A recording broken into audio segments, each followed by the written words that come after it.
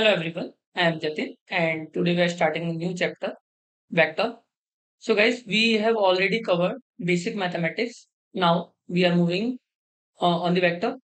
So guys, vector इस वाले chapter में हम पहले क्या क्या कवर करने वाले इस लेक्चर में वो देखते हैं। पहले हम फिजिकल क्वांटिटी समझेंगे क्या होता है, उसके बाद स्केलर एंड वेक्टर क्वांटिटी क्या होता है, representation of vector, types of vector, जिसमें यूनिट वेक्टर बहुत इंपॉर्टेंट है तो उसको अलग से थोड़ा ज्यादा अच्छे से समझेंगे, और equality of vector, multiplication of vector with a scalar. तो इसको मल्टीप्लीकेशन एंड डिवीजन दोनों ही मान के चलता है, मतलब मल्टीप्लीकेशन और डिवीजन दोनों ही पढ़ना पड़ेगा हमें। ठीक है, हमने ऑलरेडी बेसिक मैथमेटिक्स कवर कर लिया है, मेरे को लगता है कि आपने उसकी शीट्स भी लगा ली होंगी। अब हम आगे बढ़ते हैं, स्टार्ट करते हैं फिजिकल क्वांटिटी। ठीक है, तो व्हाट इज फिजिकल क्वांटिटी? तो ऐसी कोई भी क्वांटिटी जिसका हम मेजरमेंट कर सकते हैं, क्या कर सकते हैं, मेजरमेंट कर सकते हैं, उसको हम फिजिकल क्वांटिटी बोलते हैं। क्या मतलब, जैसे कि फॉर एग्जांपल मैं वेट को मेजर कर सकता हूँ। ठीक है, वेट मेजर कर सकता हूँ, मैं किसी की हाइट मेजर कर सकता हूँ, मैं डिस्टेंस को मेजर कर सकता हूँ कि कितने किलोमीटर है ना। मैं टेम्परेचर को मेजर कर सकता हूँ, like the temperature is 30 degree Celsius, 48 degree Celsius and all. Okay, temperature को मेजर कर सकता हूँ। तो ये सब क्वांटिटी क्या हो गई, फिजिकल क्वांटिटीज हो गई, यानी जिनका मेजरमेंट करना पॉसिबल है। चलो एक एग्जांपल देता हूँ जो कि फिजिकल क्वांटिटी नहीं होती। जैसे कि मैं पेन की बात करूं, तो मैं पेन को मेजर नहीं कर सकता, मैं बोल सकता हूँ कि पेन ज्यादा है या कम है, बट मैं उसको एग्जैक्ट क्वांटिटी में, मतलब एग्जैक्ट यूनिट में मेजर नहीं कर सकता कि 500 समथिंग यूनिट मेरे को पेन हो रहा है या कुछ हो रहा है। मैं पेन को मेजर नहीं कर सकता, मैं फीलिंग्स को मेजर नहीं कर सकता। ठीक है, तो ये दोनों जो है ये नॉट अ फिजिकल क्वांटिटी।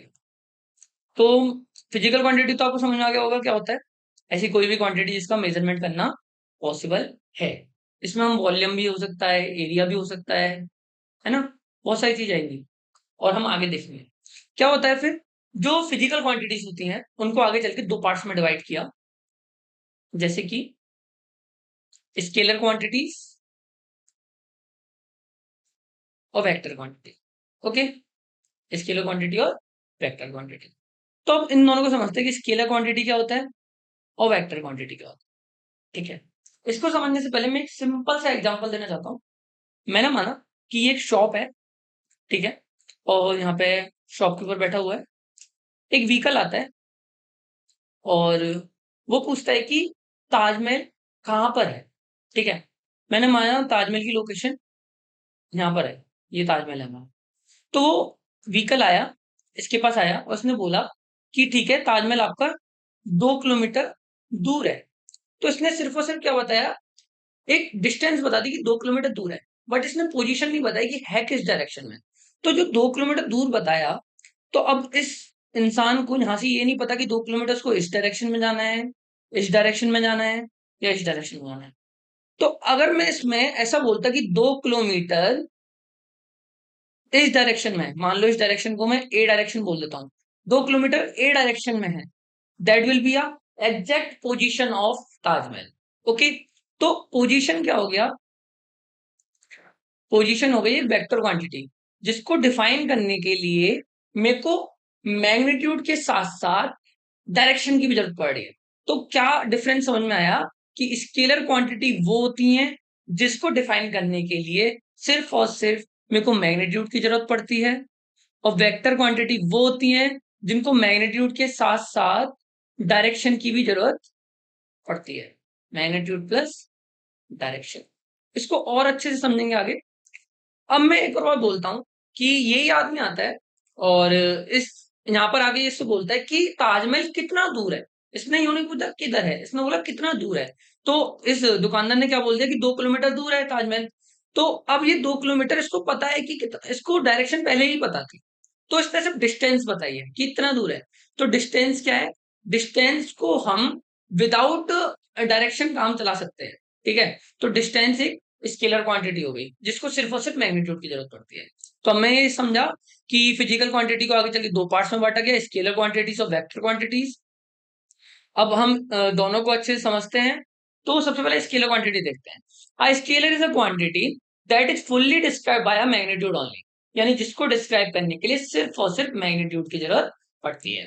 ठीक है, it is describe by just a number. Okay, हम सिर्फ और सिर्फ नंबर से इसको डिस्क्राइब कर सकते हैं। हमें ऐसा नहीं कि हम बोले कि 2 किलोमीटर ईस्ट डायरेक्शन, तो ये ईस्ट की जरूरत नहीं थी डिस्टेंस को बताने के लिए। तो डिस्टेंस क्या हो गया, डिस्टेंस एक स्केलर क्वांटिटी है।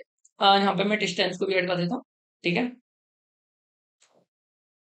अब आता है कि स्पीड, स्पीड भी एक स्केलर क्वांटिटी है। मैंने बोल दिया कि मैं 2 किलोमीटर पर आवर की स्पीड से अपनी व्हीकल को रन कर रहा हूँ। तो 2 किलोमीटर पर आवर मैं सिर्फ नंबर बता रहा हूँ, मैं कोई डायरेक्शन को डिफाइन नहीं कर रहा। तो स्पीड एक स्केलर क्वांटिटी है। वॉल्यूम बोल देता हूँ मैं कि इसका जो वॉल्यूम है वो 3 मीटर क्यूब है। तो मैंने सिर्फ और सिर्फ नंबर बताया ना कि 3 मीटर क्यूब है। मास, मैं बोल दिया कि इसका मास 10 kg है, कि मैंने ऐसा बोला कि 10 kg नॉर्थ डायरेक्शन में है, 10 kg ईस्ट डायरेक्शन में, ऐसा नहीं बोलते ना, सिर्फ 10 kg इतना बताते हैं। टेम्परेचर 40 डिग्री है या कुछ है, इसमें भी सिर्फ नंबर की जरूरत पड़ी। पावर, एनर्जी, टाइम, टाइम अगर मैं बोलता हूँ 10 सेकंड, तो मैं ऐसा नहीं बोलूंगा कि 10 सेकंड ईस्ट डायरेक्शन में जाना है आपको। 10 सेकंड तो टाइम है, वो हर डायरेक्शन में सेम ही होगा, उसके लिए कोई डायरेक्शन की जरूरत नहीं पड़ी। सिमिलरली हम वेक्टर को देखते हैं। तो vector is a physical quantity that, जिसको डिफाइन करने के लिए, डिस्क्राइब करने के लिए मैग्नीट्यूड के साथ साथ डायरेक्शन की भी जरूरत पड़ती है। ठीक है, तो अब इसको डिफाइन करने के लिए मैग्नीट्यूड और डायरेक्शन, हमें दोनों की ही जरूरत पड़ेगी। अब एक और चीज आई कि ये जो वेक्टर क्वांटिटी होती है वो रूल ऑफ वेक्टर एडिशन को फॉलो करती है। अब इसका क्या मतलब है, तो इसको समझने के लिए पहले हमें खाली स्लाइड ले लेते हैं कि स्केलर क्वांटिटी जो होती है ना, वो एल्जेब्रिक मतलब एल्जेब्रिक सम को फॉलो करती है। एल्जेब्रिक सम क्या होता है, ऐसा कि अगर मैं बोलता हूं कि दो स्केलर, मैंने डिस्टेंस लिखी, ठीक है, डिस्टेंस कि पहले आपको ए से बी जाने के लिए 10 मीटर कवर करना पड़ेगा डिस्टेंस में, फिर बी से सी जाने के लिए आपको 15 मीटर कवर करना पड़ेगा। तो आपको टोटल ए से सी जाने के लिए 10 + 15 25 कवर करना पड़ेगा। तो ये तो हो गया एल्जेब्रिक सम, यानी डायरेक्ट हम जो सिंपल सम करते हैं वो हो गया एल्जेब्रिक सम। लेकिन वेक्टर क्वांटिटी के लिए एडिशन के लॉ थोड़े अलग होते हैं। यानी आप इसको ऐसा नहीं बोल सकते कि आप पहले 10 मीटर ईस्ट डायरेक्शन में गए और फिर 20 मीटर आप वेस्ट नॉर्थ डायरेक्शन में गए, तो आपका अभी करंट डायरेक्शन का और जो इनिशियल डायरेक्शन थी, सॉरी, करंट पोजीशन का और इनिशियल पोजीशन का डिस्प्लेसमेंट अगर मैं उससे पूछता है, तो मैं 10 + 20 = 30 नहीं लिख सकता। ठीक है, ये गलत है। 30 ना लिख के मैं इसको वेक्टर एडिशन से सॉल्व करूंगा, जो मैं आपको आगे सिखाऊंगा, और वो मोस्ट प्रोबेबली नेक्स्ट लेक्चर में आएगा। ठीक है, तो वेक्टर क्वांटिटी के लिए हम वेक्टर एडिशन के रूल्स को फॉलो करते हैं। किसके, वेक्टर एडिशन के रूल को। उसको हम सिंपल एल्जेब्रिक सम से सॉल्व नहीं कर सकते। आगे बढ़ते हैं, रिप्रेजेंटेशन ऑफ वेक्टर। देखो, वेक्टर का रिप्रेजेंटेशन करने के लिए मैंने माना मेरे पास एक फिजिकल क्वांटिटी क्यू है, कोई भी फिजिकल क्वांटिटी जिसको मैं क्यू मान लेता हूँ। तो अगर ये फिजिकल क्वांटिटी स्केलर क्वांटिटी, तो मैं इसको क्यू ही रहने देता। अगर ये, तो अगर स्केलर क्वांटिटी होती तो मैं इसको क्यू का क्यू रहने देता, इसको रिप्रेजेंट सिर्फ हम नोटेशन से करते हैं। लेकिन अगर ये वेक्टर क्वांटिटी होती, तो इसको रिप्रेजेंट करने के लिए मैं क्यू के ऊपर एक वेक्टर साइन लगा देता, एरो का साइन। ठीक है, तो ये इस तरीके से एरो का साइन। तो इस एरो साइन में दो खासियत होती है, एक तो ये हो गया इसका टेल, है ना, और ये हो गया हेड। तो आगे हम देखेंगे कि जो अभी जैसे हमें रिप्रेजेंटेशन करना है, तो हमने क्यू वेक्टर से कर दिया, इसको बोलेंगे क्या, क्यू वेक्टर। ठीक है, अब अगर मेरे को क्यू वेक्टर का मैग्नीट्यूड बताना है कि कितना है, तो उसको रिप्रेजेंट करने के लिए मैं क्यू वेक्टर पे एक मॉड लगा दूं इस तरीके से। तो ये क्या कर रहा है, मैग्नीट्यूड ऑफ क्यू बता रहा है। ठीक है, और अगर मैं बोलूं कि मेरे को सिर्फ और सिर्फ डायरेक्शन ऑफ क्यू जानना है, तो उसके लिए हम यूनिट वेक्टर का यूज करते हैं। क्या करते हैं, यूनिट वेक्टर, जो कि मैं आपको आगे सिखाऊंगा, अभी नहीं बता रहा कुछ भी। अभी नेक्स्ट एक दो स्लाइड में आपको समझाता हूँ। ठीक है, तो फिलहाल मेरे को ये समझ आया कि किसी भी वेक्टर क्वांटिटी को रिप्रेजेंट करने के लिए हम उसके ऊपर एक एरो साइन लगा देते हैं। मैंने माना कि अगर वेलोसिटी है, वेलोसिटी एक क्या है, वेलोसिटी एक वेक्टर क्वांटिटी है, तो वेलोसिटी को कैसे रिप्रेजेंट करते हैं, वी वेक्टर। ओके, अगर मैं पोजीशन की बात कर रहा हूं, ठीक है, कोई पोजीशन की बात कर रहा हूँ, तो पोजीशन भी एक तरह से वेक्टर क्वांटिटी है, बिकॉज उसके लिए हमें डायरेक्शन की जरूरत पड़ेगी, पोजीशन किस डायरेक्शन में आप बात कर रहे हैं। ओके, तो for that I will use S vector. Okay, इस तरीके से इसको डिस्प्लेसमेंट वेक्टर भी बोल देते हैं, क्योंकि पोजीशन वो तब होता है, पोजीशन वो तब होता है जब आप ओरिजिन से बात कर रहे होते हो, ओरिजिन से कंपेयर करके बात कर रहे होते हो। अगर आप दो पॉइंट्स के बीच की डिस्टेंस बोले तो वो डिस्प्लेसमेंट हो जाता है। ठीक है, विद डायरेक्शन। तो एक चीज समझ में आई कि एक एरो होता है जिसकी टेल है, एक हेड है। तो जो एरो की डायरेक्शन होती है that will B direction of that vector, and the length of that arrow will be magnitude. ऐसा नहीं कि आप क्यू के ऊपर इतना बड़ा एरो बना दो, ये तो रिप्रेजेंट करने के लिए वो नॉर्मल हो गया क्यू वेक्टर। लेकिन अगर हम नॉर्मली बात करें, कोई वेक्टर शो करना है, तो that will B depends on the length जो होगी, वो उसका मैग्नीट्यूड शो करेगी। ठीक है, और जैसे मेरे को लिखना है 5 i कैप। देखो आई कैप, जे कैप, केप है, मैं आपको आगे बताऊंगा। ये डायरेक्शन शो करने का तरीका होता है। अगर मैं 5 i कैप को इतना सा बनाता हूँ, लाइक इतना, ठीक है, या इसको 5 i कैप ना लिख के आप लिख दो कि फोर्स है मेरा, और फोर्स में लिख दिया that F vector is equal to 5 metre in each direction. ठीक है, और ये तो हो गया F1। और मैं दूसरी चीज लिखूंगी F2 vector is equal to क्या है, 10 मीटर इन ईच डायरेक्शन। ठीक है, और F3 वेक्टर में लिख देता हूं 10 मीटर इन वेस्ट डायरेक्शन। ठीक है, तो तीन चीज हो गई। मैंने माना अगर ये पहला वाला जो वेक्टर है वो ये है, 5 मीटर ईच डायरेक्शन में ये है, तो 10 मीटर में मैं इसका जो मैग्नेट लेंथ है उसको डबल कर दूंगा 10 मीटर के लिए। ठीक है, तो अगर ये 5 मीटर ईच था, तो ये 10 मीटर ईच था। और अगर मेरे को ये बताना है कि सॉरी 10 मीटर वेस्ट, तो लेंथ तो उतनी ही रहेगी क्योंकि मैग्नीट्यूड उतना ही है, बस उसकी डायरेक्शन चेंज हो जाएगी। ठीक है, पहले इस डायरेक्शन में था, तो अब वो इस डायरेक्शन में हो जाएगा। Okay, understood. आगे बढ़ते हैं। अब आता है टाइप्स ऑफ वेक्टर। देखो टाइप्स ऑफ वेक्टर बहुत सारे होते हैं, टाइप्स तो बहुत होते हैं, जिनमें से बहुत इंपॉर्टेंट जो है वो यूनिट वेक्टर है, पोजीशन वेक्टर है, और डिस्प्लेसमेंट वेक्टर है। ये बहुत इंपॉर्टेंट है, तो इसको बहुत अच्छे से समझेंगे। लेकिन हमारा मेन फोकस जो रहेगा वो यूनिट वेक्टर पे रहने वाला है, क्योंकि हद से ज्यादा इंपॉर्टेंट है। आगे बहुत काम आएगा जब भी हम कहीं भी वेक्टर पढ़ेंगे। देखो मैं आपको बताता हूँ कि for a math student, 12th class में इसका पूरा चैप्टर है, पूरा चैप्टर है, उसमें बहुत डिटेल में पढ़ाते हैं वेक्टर को। हमें सिर्फ बेसिक की जरूरत है, हमारे प्रॉब्लम सॉल्व हो जाए उतनी जरूरत है, और आगे फिजिक्स में इसकी जहां जहां नीड पड़े वहां पर हमें हेल्प मिल जाए उतनी जरूरत है। देखो वेक्टर का एक दो क्वेश्चन तो आने के चांसेस होते हैं हमारे नीट में भी, और फॉर जेई मुश्किल से एक क्वेश्चन आता है, लेकिन फिजिक्स में बहुत हेल्प मिलती है इसकी। एक तरह से आप जो हम मैथमेटिक टूल्स पढ़ रहे थे, तो वेक्टर भी एक मैथमेटिक टूल्स की तरह ही है, जो कि डायरेक्टली एग्जाम में भी आता है। ठीक है, तो आगे बढ़ते हैं, हम स्टार्ट करते हैं जीरो वेक्टर से। तो जीरो वेक्टर ऐसा वेक्टर जिसका मैग्नीट्यूड जीरो हो। अब सर जिसका मैग्नीट्यूड ही जीरो हो तो वो वेक्टर कैसा हुआ? तो ये सिर्फ इसलिए डिफाइन किया गया, अगर मैं ऐसी बात करूं कि एक फोर्स में मैं दूसरा फोर्स लगाता हूं in the opposite direction and equal amount, तो उसका नेट तो जीरो हो जाएगा ना। तो उसको कैसे डिफाइन करूंगा, इसलिए मैंने जीरो वेक्टर बना दिया। ठीक है, जीरो वेक्टर को एक बात ध्यान रखना कि नल वेक्टर भी बोलते हैं, और नल वेक्टर जो है वो ज्यादा ट्रेंड में नाम, अगर बात करूं, अगर आपके दो नाम है, जो एक स्कूल पे नाम और एक घर पे नाम है, तो घर वाला नाम ज्यादा ट्रेंड में होता है। ठीक है, तो नल वेक्टर इसका ज्यादा मेन नाम है। लाइक एग्जाम में बहुत बार चार ऑप्शन आते हैं, तो जीरो वेक्टर ना देके वो नल वेक्टर देता हो, बच्चों को नहीं पता रहती। तो नल से नॉर्मली समझ लो कि नल का मीन क्या होता है, कुछ भी नहीं है, नथिंग, जीरो। ठीक है, तो ऐसा वेक्टर जिसका मैग्नीट्यूड जीरो। अब इसका क्या मतलब हुआ? मैंने आपको बताया था कि जो भी वेक्टर की लेंथ होती है वो उसका मैग्नीट्यूड बताती है। तो अगर वेक्टर का मैग्नीट्यूड ही जीरो है, तो इसका मतलब तो इसकी लेंथ होनी नहीं चाहिए। इसका मतलब कि इसका इनिशियल पॉइंट और फाइनल पॉइंट एक ही पॉइंट होना चाहिए, कोइंसाइड करने चाहिए, है ना।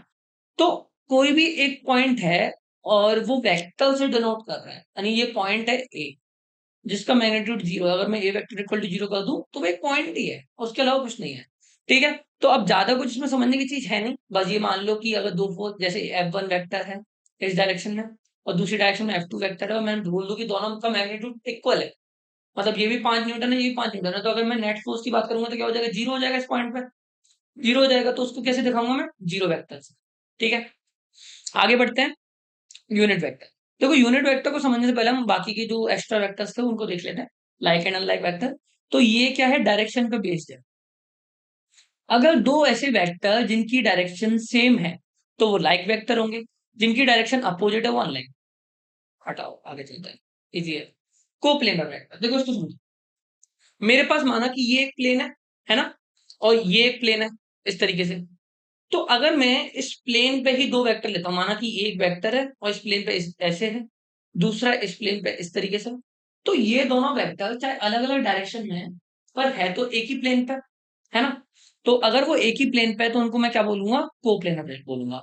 यानी if two vectors are on the same plane they are known as coplanar vector. Okay, like if this is a vector and this is b vector और वो एक ही प्लेन पर है यानी एक्स वाई प्लेन पर है, ठीक है, तो वो कोप्लेनर वेक्टर होंगे। मैंने माना ये एक्स प्लेन है, ठीक है, और ये मेरा वाई प्लेन है और ये मेरा जेड एक्सिस, सॉरी एक्सिस। तो ये एक्स वाई प्लेन हो गया, ये एक्स जेड प्लेन हो गया नीचे वाला, और ये साइड वाला हो गया वाई जेड प्लेन। तो अगर मैं सिर्फ एक्स वाई प्लेन पे ही दो वेक्टर पढ़ा देता हूं तो ये दोनों आपस में क्या होंगे, कोप्लेनर वेक्टर होंगे। आगे बढ़ते हैं कोइनिशियल वेक्टर पे। तो कोइनिशियल वेक्टर का इनिशियल पॉइंट सेम होता है। यानी if I am starting one vector, like if this is O A vector, है ना, और अगर मैं दूसरा वेक्टर भी इसी से स्टार्ट करूं तो ये दोनों का स्टार्टिंग पॉइंट सेम हो गया। That mean they are coinitial vector if starting point यानी इनिशियल पॉइंट जो है वो सेम है। या फिर मैं बात करूं कि दोनों की जो टेल है वो सेम पॉइंट पे है, ठीक है। अगर मैं बात करूं कि एक ये वेक्टर है और दूसरा ये वेक्टर है ना, और इन दोनों के बीच का एंगल 90 डिग्री है, तो इनको बोलते हैं, ये दोनों आपस में क्या है, ऑर्थोगोनल वेक्टर है, ठीक है। ये भी याद रखना, कभी कभी काम आ जाता है, ऑर्थोगोनल वर्ड आ जाता है जो आपको नहीं समझ में आएगा। तो ऑर्थोगोनल मींस 90 डिग्री एंगल में दोनों। आगे बढ़ते हैं, पोजीशन वेक्टर, और देन है हमारा डिस्प्लेसमेंट वेक्टर, ठीक है। तो पोजीशन और डिस्प्लेसमेंट को समझने पहले हम यूनिट वेक्टर को समझ लेते हैं। तो यूनिट वेक्टर से कि नाम से ही समझ में आ रहा है, लाइक जीरो वेक्टर का मैग्नीट्यूड क्या था, जीरो था। तो यूनिट वेक्टर का मैग्नीट्यूड क्या होगा, यूनिट ही होगा, मैग्नीट्यूड इसका वन होगा। तो ऐसा कोई भी वेक्टर जिसका मैग्नीट्यूड वन हो उसको यूनिट वेक्टर बोलते हैं। अब फिर सर इसका मतलब क्या हुआ, देखो यूनिट वेक्टर का मेनली यूज होता है डायरेक्शन को इंडिकेट करने के लिए, सिर्फ और सिर्फ डायरेक्शन बताने के लिए। अगर मैं बात करूं, मेरे पास एक्स वाई जेड प्लेन है ना, X Y Z coordinate axis है, वाई जेड। तो बाय डिफॉल्ट मैंने मान लिया कि एक्स डायरेक्शन को डिनोट करने के लिए आई कैप, वाई डायरेक्शन को डिनोट करने के लिए जे कैप, और जेड डायरेक्शन को डिनोट करने के लिए के कैप का यूज में लेते हैं, ठीक है। एक चीज समझ में आई कि एक्स एक्सिस को डिनोट करने के लिए आई कैप, वाई को डिनोट करने के लिए जे कैप, और जेड एक्सिस को डिनोट करने के लिए के कैप का यूज करते हैं। इतना समझ आ गया, ठीक है। डायरेक्शन बताने के लिए यूज में होता है, ये भी समझ में आ गया। अब अगर मैं बात करूं कि यूनिट वेक्टर कैलकुलेट कैसे करते हैं, तो मैंने आपको एक बात बताई कि अगर ये वेक्टर है इस डायरेक्शन में और इसकी मैग्नीट्यूड 5 यूनिट है, क्या है, 5 यूनिट है, तो अगर मैं इसको 1 यूनिट का लेना है तो सेम डायरेक्शन में लूंगा, मैंने इसको कर दिया 1/5, तो ये 1 यूनिट का हो गया, पर इन दी सेम डायरेक्शन। तो हमें तो सिर्फ डायरेक्शन रिप्रेजेंट करने के लिए चाहिए ना। तो क्या समझ आया कि यूनिट वेक्टर को रिप्रेजेंट करने के लिए उस क्वांटिटी के ऊपर कैप लगा देते हैं, और कैप का साइन ये होता है इस तरीके से ऊपर, ठीक है, लाइक क्यू कैप या पी कैप, इस तरीके से। ओके, तो अब क्या समझ आया, लाइक ये वेक्टर था, माना कि ये पी पी वेक्टर था, ठीक है, और इसका मैग्नीट्यूड को मैं पी वेक्टर मॉड से डिनोट करूंगा। तो अगर मैं 5 यूनिट ईच डायरेक्शन को डिवाइड बाई 5 कर दूं तो 1 यूनिट ईच डायरेक्शन नहीं आ जाएगा, ठीक है। तो अब मैंने क्या किया कि मेरे को अगर पी कैप कैलकुलेट करना है तो मैं वेक्टर जो था उसको डिवाइड कर दूंगा उसके मैग्नीट्यूड से। तो then in that case I will get unit vector. Okay, in that case I will get unit vector. तो वेक्टर क्या था मेरा, पी वेक्टर, और मैग्नीट्यूड को मैं कैसे लिखता हूं, मॉड ऑफ पी से। ये समझ आ गया। तो यहाँ पे मैं फाइनल फॉर्मूला लिख देता हूँ, P cap is equal to, wait a minute, P cap is equal to P vector divided by mod of P vector. ठीक है, बहुत इंपॉर्टेंट फॉर्मूला है, आगे बहुत काम आने वाला है, तो इसको नोट डाउन कर लेना। ठीक है, तो यूनिट वेक्टर समझ आ गई, एक्स वाई जेड डायरेक्शन को आई जे के से डिनोट करते हैं, ये समझ आ गया है ना। अब आते हैं पोजीशन वेक्टर पे। तो position vector is the like position of any point, position of any point from origin. ठीक है, डेफिनेशन से इतना क्लियर नहीं होगा, मैं एक्सप्लेन करता हूं कि मैंने माना कि ये मेरा एक्स वाई जेड प्लेन है। क्या है? एक्स वाई जेड प्लेन है। तो ये तो मेरा ओरिजिन हो गया। ठीक है, जिसके कोऑर्डिनेट क्या होते हैं, कोऑर्डिनेट एक्सिस कोऑर्डिनेट क्या होते हैं, 0,0,0। अगर मैं एक्स वाई जेड प्लेन की बात कर रहा हूँ, 3D में बात कर रहा हूँ, तो अगर मैं 2D में बात कर रहा हूँ तो क्या होता, 0,0 होता। ठीक है, तो अभी हम 3D की बात करते हैं। तो अगर यहाँ पे कोई पॉइंट है P, और मैं P पॉइंट के कोऑर्डिनेट मान लेता हूँ x, y, z। ठीक है, तो जो OP वेक्टर होगा that will be known as position vector of point P, क्योंकि उस पॉइंट P का ओरिजिन से जो वेक्टर बन रहा है उसको मैं position vector of point P बोलूंगा। ठीक है, जिसकी डायरेक्शन क्या होगी, ये वाली। Okay, and the magnitude will be equal to, अगर मैं मैग्नीट्यूड निकालना चाहूं तो पहले मैं इसको I cap J cap K cap की फॉर्म में कैसे लिखता हूं वो बताता हूं। तो एक पेज खाली लेते हैं पहले। मैंने माना कि मेरे पास एक पॉइंट ए है और मेरे पास एक पॉइंट बी है, और मेरे को दोनों की कोऑर्डिनेट एक्सिस पता है कि ये A1 B1 C1 है, और ये A2 B2 C2 है। मेरे को इसके कोऑर्डिनेट एक्सिस पता है। अब मेरे को अगर इसका वेक्टर निकालना है ए बी वेक्टर, तो उसका फॉर्मूला ऐसे निकालते हैं कि जो बाद में आ रहा है, यानी ए बी, तो बी बाद में आ रहा है, तो बी हो गया मेरा फाइनल पॉइंट। ठीक है, और जो पहले आ रहा है वो मेरा हो गया इनिशियल पॉइंट। तो मैं ए पॉइंट अगर ये है और बी पॉइंट ये है, तो ए बी वेक्टर क्या हुआ, ये वाला, इस डायरेक्शन में, ये हुआ ए बी वेक्टर। और अगर मैं बात करूं बी ए वेक्टर, तो बी से स्टार्ट होके एक ही साइड जाएगा। ठीक है, तो सिंपल सा कॉन्सेप्ट है कि फाइनल माइनस इनिशियल करना होता है। ठीक है, अगर मैं बात करूं कि मैं सिर्फ एक्स एक्सिस वाले कोऑर्डिनेट्स की बात कर रहा हूं, तो उसके संग मल्टीप्लाई में आई कैप आ जाएगा, वाई वाले के संग जे कैप आ जाएगा, और जेड वाले के संग के कैप आ जाएगा। तो अगर मैं बात करूं कि A2 फाइनल है और A1 इनिशियल है एक्स एक्सिस के लिए, तो A2 माइनस A1 आई कैप आएगा। ठीक है, फिर इसी तरीके से B2 माइनस B1 जे कैप आएगा, और फिर C2 माइनस C1 के कैप आएगा। ठीक है, तो ये एक्स के लिए था, ये वाई के लिए था, ये जेड के लिए था। ओके, समझ में आ गई। तो अब मैं अगर यहाँ पे बात करूं तो मेरा आंसर होगा एक्स माइनस 0 आई कैप, तो x I cap plus Y J cap plus Z K cap. तो अगर मैं सिर्फ पोजीशन वेक्टर की बात करूं, तो जो उसके कोऑर्डिनेट्स होंगे ना, that itself will, that like I cap J cap के कैप लगा के मैं लिख दूंगा, तो वो पोजीशन वेक्टर बन जाएगा। ठीक है, 2D के लिए अगर बात करूं, अगर मान लो कि ये सिर्फ एक्स और वाई होता, तो ये x I cap plus Y J cap होता। ठीक है, वाई जे कैप होता, और तो कुछ फर्क नहीं आता ओपी वेक्टर के लिए। अब अगर मेरे को मैग्नीट्यूड निकालना है, तो मैग्नीट्यूड निकालने के लिए क्या से होता है। ठीक है, तो अगर मैं माना कि मेरा ए बी वेक्टर जो है वो X I cap plus Y J cap, sorry, Y J cap plus Z K cap है। ठीक है, जेड के कैप है, तो magnitude of A B vector will be equal to under root में इन तीनों के जो पॉइंट्स हैं, कांस्टेंट है, उनको स्क्वायर करके ऐड करना होता है और उसको अंडर रूट करना होता है। ठीक है, अगर मैं बोलूं कि मेरे पास A vector equal to 3 I cap plus 4 J cap है, तो ए वेक्टर का मैग्नीट्यूड कितना हुआ, अंडर रूट में 3 का स्क्वायर 9, 4 का square 16, that will be equal to 5। तो इसका ए का जो मैग्नीट्यूड होगा वो 5 यूनिट होगा। ठीक है, इतना समझ आ गई। तो अब अगर मैं बात करूं सिमिलर तरीके से यहाँ, तो ओपी वेक्टर का मैग्नीट्यूड क्या हुआ, यानी इस ओपी की लेंथ कितनी आई, तो वो निकालने के लिए, इस लेंथ को निकालने के लिए I will take under root and X square Y square plus Z square. Okay, similarly OP vector अगर इसके हिसाब से देखूं तो सिर्फ X square plus Y square. Okay, understood. आगे बढ़ते हैं। तो पोजीशन वेक्टर तो समझ आ गया। अब डिस्प्लेसमेंट वेक्टर क्या होता है कि अब मैं यहाँ पे ओरिजिन से ना लेके, मैंने माना कि मैं किसी पॉइंट ए से अपनी पोजीशन को स्टार्ट कर रहा हूँ, इनिशियल पॉइंट मेरा ए है जिसके कोऑर्डिनेट मेरे x1 y1 z1 है, ठीक है, और मैं ए से कहीं से भी घूम घाम के बी पे जा रहा हूँ, बी पॉइंट पे जिसके कोऑर्डिनेट x2 y2 z2 है।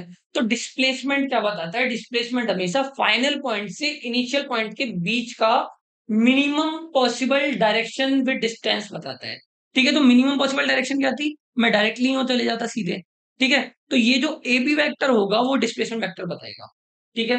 अगर मैं डायरेक्टली जाता तो A B vector will be equal to x2 minus x1 I cap, जैसे लास्ट टाइम करके बताया, y2 minus y1 J cap plus z2 minus z1 K cap, ठीक है। ये होता है। वही मैग्नीट्यूड निकालने के लिए इस सारे को अंडर रूट में ले, स्क्वायर करके ऐड करके अंडर रूट में ले लेंगे, जैसे लास्ट टाइम बताया। आगे बढ़ते हैं। अब आता है इक्वलिटी ऑफ वेक्टर। अगर मैं बात करूं कि मैं बोल दूं कि मेरे पास दो वेक्टर हैं, ए वेक्टर और बी वेक्टर, और एक मैंने बोल दिया कि ए vector is equal to B vector, तो इसका मतलब क्या है? एक तो मतलब ये है, कंडीशन क्या हुई कि ए vector will be equal to B vector if and only if, अगर इन दोनों का मैग्नीट्यूड सेम है, पहली कंडीशन। दूसरा, इन दोनों की डायरेक्शन भी सेम होनी चाहिए, ये कंडीशन है, ठीक है। ऐसा नहीं कि ये 5 न्यूटन इधर है और ये 5 न्यूटन इस डायरेक्शन में है तो ये दोनों बराबर हो गए, नहीं। इनकी डायरेक्शन भी सेम होनी चाहिए, ये भी 5 न्यूटन इधर है तो ये भी 5 न्यूटन इधर होना चाहिए, तब ये दोनों बराबर होंगे, नहीं तो नहीं होंगे, ठीक है। तो ये दो कंडीशन आ गई। एक तो इन दोनों का मैग्नीट्यूड सेम होना चाहिए, दूसरा इन दोनों की डायरेक्शन सेम होनी चाहिए। तो मैग्नीट्यूड सेम होना चाहिए और डायरेक्शन सेम होनी चाहिए, याद रखना है ना। अगर मैं एक एग्जांपल दूं, मैं बोल देता हूं फॉर एग्जांपल कि मेरे पास A vector is equal to है 3 i cap plus A J cap plus 5 k cap, और मैं लिखता हूं B vector is equal to B I cap minus का plus 4 j cap minus plus 5 k cap, ठीक है। और मैं बोल देता हूं if A and B are, A vector and B vector are equal vector, then जो मैंने ए और बी वैल्यू रखी है, एल्जेब्रिक वैल्यू रखी है, उनकी मेरे को वैल्यू निकालनी है। तो देखो, अगर ये दोनों इक्वल वेक्टर हैं तो इसके सारे कंपोनेंट के कोफिशिएंट एकदम सेम होने चाहिए। तो अगर मैं दोनों को कंपेयर करूंगा तो मुझे पता चला कि 3 is equal to minus B होगा और ए इज इक्वल टू 4 होगा, 5 इज इक्वल टू 5 तो है ही है, इसमें कुछ कंपेयर नहीं करना। तो ए इक्वल टू 4 आ गया और बी इक्वल टू माइनस का 3 आ गया, ये मेरा आंसर हो गया, ठीक है। और अगर मैं बात करता कि ए vector equal to B vector और वो ऐसे आई कैप जे कैप की फॉर्म में ना देके कुछ अलग ही दे रखा है, तो मैं क्या करता, पहले दोनों के मैग्नीट्यूड सेम करता, दोनों के मैग्नीट्यूड अलग अलग कैलकुलेट करता और दोनों को इक्वल करता, इक्वल बैठाता, ठीक है। फिर सेकंड कंडीशन में क्या करता कि उन दोनों की डायरेक्शन निकालता, ए कैप बी कैप उन दोनों का इक्वल होना, ठीक है। तो इक्वलिटी ऑफ वेक्टर ऐसे हो जाएगा। आई नो इस वाले लेक्चर में इतने प्रॉब्लम्स नहीं आ रहे हैं क्योंकि ये थोड़ा थ्योरेटिकल लेक्चर हो गया। अब आता है कि अगर मैं बात करूं कि टू वेक्टर्स, इसको ऐसे लिखो, एंगल बिटवीन टू, मतलब वेक्टर कैसे निकालते हैं, एंगल बिटवीन टू वेक्टर कैसे निकालते हैं। तो एक कंडीशन होती है कि दो वेक्टर्स के बीच का एंगल निकालने के लिए हम हमेशा और हमेशा दोनों की टेल को आपस में मिलाएंगे। जैसे कि मैंने माना मेरा ये ए वेक्टर है और एक वेक्टर है इस डायरेक्शन में बी वेक्टर, और मेरे को इन दोनों के बीच का एंगल निकालना है। तो उसके लिए मैं दोनों की टेल्स को एक ही पॉइंट पे लाऊंगा। मैंने माना इसको, मैंने यहां से स्टार्ट किया ए वेक्टर, भाई डायरेक्शन चेंज नहीं कर सकता, मैं उसको इधर शिफ्ट कर सकता हूँ, उसमें उसकी डायरेक्शन भी रखूंगा और मैं इसको सिमिलर पैरेलल तरीके से इधर ले आता। पैरेलल होना चाहिए वो, ऐसा नहीं कि ये कुछ अलग एंगल पे बन रहा है वो अलग एंगल पे जा रहा है।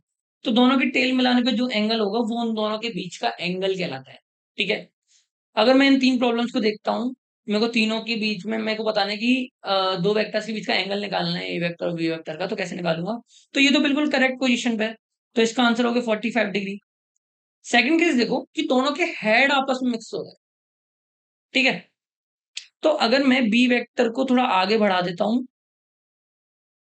ऐसे अगर ये बी वेक्टर हो गया और ए वेक्टर को इस डायरेक्शन में मूव करा देता हूँ और बी वेक्टर को इधर करा देता हूँ, तो दोनों की टेल जो होंगे वापस में मिल जाएंगे, है ना। तो अब ये वाला एंगल जो होगा वही इन दोनों के बीच का एंगल होगा, और ये एंगल अगर मैं बात करूं तो आपस में एक दूसरे के आमने सामने वाले एंगल है तो बराबर होंगे, तो ये भी 150 डिग्री एंगल होगा। तो बी का आंसर हो गया 150। सी का आंसर, ये तो टेल है और ये हेड है, तो मैं सिर्फ इस वाले को थोड़ा सा आगे बढ़ा देता हूँ। तो जब मैं इसको आगे ले आऊंगा बी वेक्टर को, तो ये वाला जो एंगल होगा that will be equal to angle between A and B, और ये एंगल क्या होगा 180 माइनस 145 करने से आ जाएगा, तो the answer will be 35 degree. Okay, आगे बढ़ते हैं। Multiplication of a vector with a scalar या फिर डिवीजन, दोनों ही बोल सकता हूँ। तो मल्टीप्लीकेशन और डिवीजन सिर्फ मैग्नीट्यूड और डायरेक्शन में चेंज लाते हैं, ठीक है। जब तक आप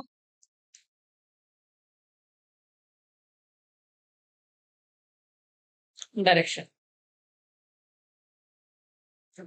अगर मैं बोलता हूं मेरे पास एफ वेक्टर है इक्वल टू 3 i कैप, और मैं बोलता हूं कि एफ टू वेक्टर है, ये एफ वन वेक्टर मान लो, 3 times of F one vector, तो वो क्या करेगा, 3 टाइम्स कर देगा तो 9 i कैप हो जाएगा। तो पहले जो सिर्फ इतना सा था वो अब इसका 3 टाइम्स हो जाएगा, लेकिन सेम डायरेक्शन रहेगी, डायरेक्शन चेंज तो नहीं। अगर मैं यहाँ पे F3 वेक्टर कर रहा हूँ और मैं माइनस का 3 का मल्टीप्लाई कर रहा हूँ, क्या कर रहा हूँ -3 का मल्टीप्लाई, तो ये -9 हो जाएगा। तो अब इसकी डायरेक्शन भी चेंज हो जाएगी, पहले इस डायरेक्शन में था तो अब इस डायरेक्शन में हो जाएगा।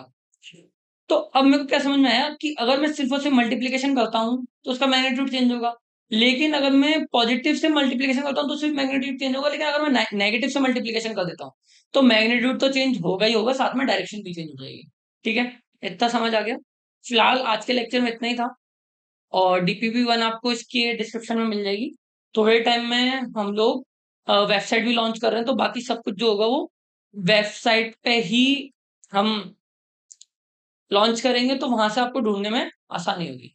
ठीक है, डीपीपी आपको DPP01 of vector will B provide in description. Thank you so much.